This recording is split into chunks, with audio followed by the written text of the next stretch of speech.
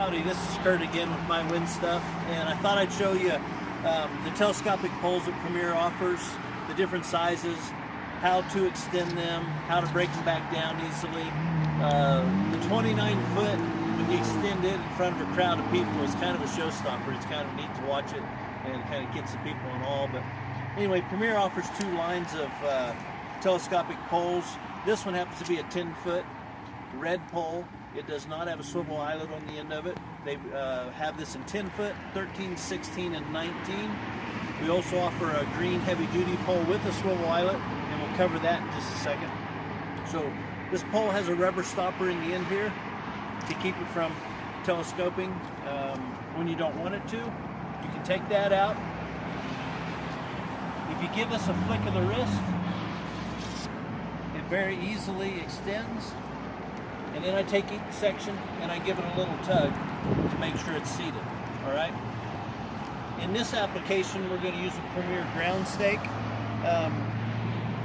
to show this off. So we're going to have to unscrew this cap. There's a little rubber button on the bottom here. We're going to pop that out. Okay. I suggest you put this cap back on so you don't lose it. All right. Now, this will easily fit over top of this ground stake. Alright. A Premier ground stake is going to come with the ground mount, which you can put into the ground flush and leave it. And it's going to come with this piece that you're going to slide in here, and then your pole over the top.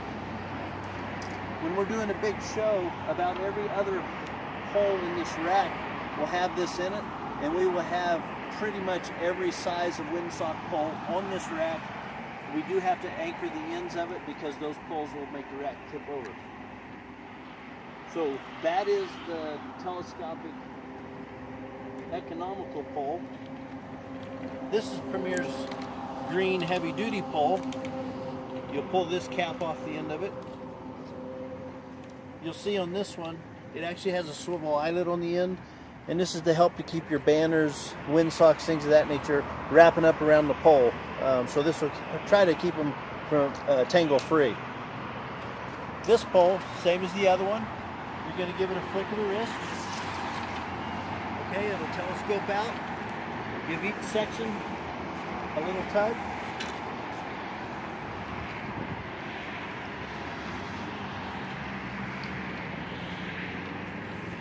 And that pole will stay up and won't come down. Just like the other pole, in order to break it down, we're going to have to strike it on something hard, send some shock up the pole, so it'll collapse. If you hit it on the grass, it probably isn't going to come down. You got to have something firm to send that shock up it. The green pole comes in 10 foot, 13, 16, 19, 22, 26, 29, and 32 foot. We sell mainly 10 footers, 19 footers, and 29 footers. Seem to be our most popular pole. Now, with this pole, it also has a cap on the bottom. All right, we leave this cap on, and I'm going to show you why. If you take this cap off and you collapse your pole, all your tubes are going to come out the back side of it. So I leave this on. I take a knife, and I cut an X in the bottom of this.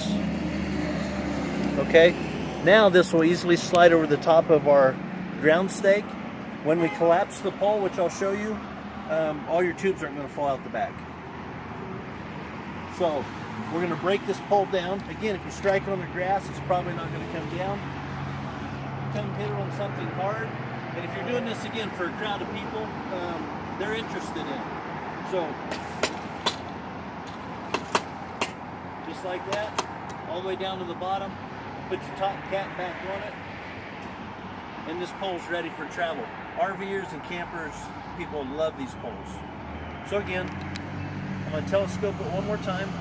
Put that in my pocket. I'm going to give this a flick of the wrist. I'm going to check each section just to make sure it's seated. Now, this pole isn't as flexible as the red pole, but if you're doing banners and heavy items, this is a perfect pole for that. We're going to put this on our ground stake. Again, I cut the X in the bottom. I can leave the cap on there and slide that over the top. Okay? Go to pull it out.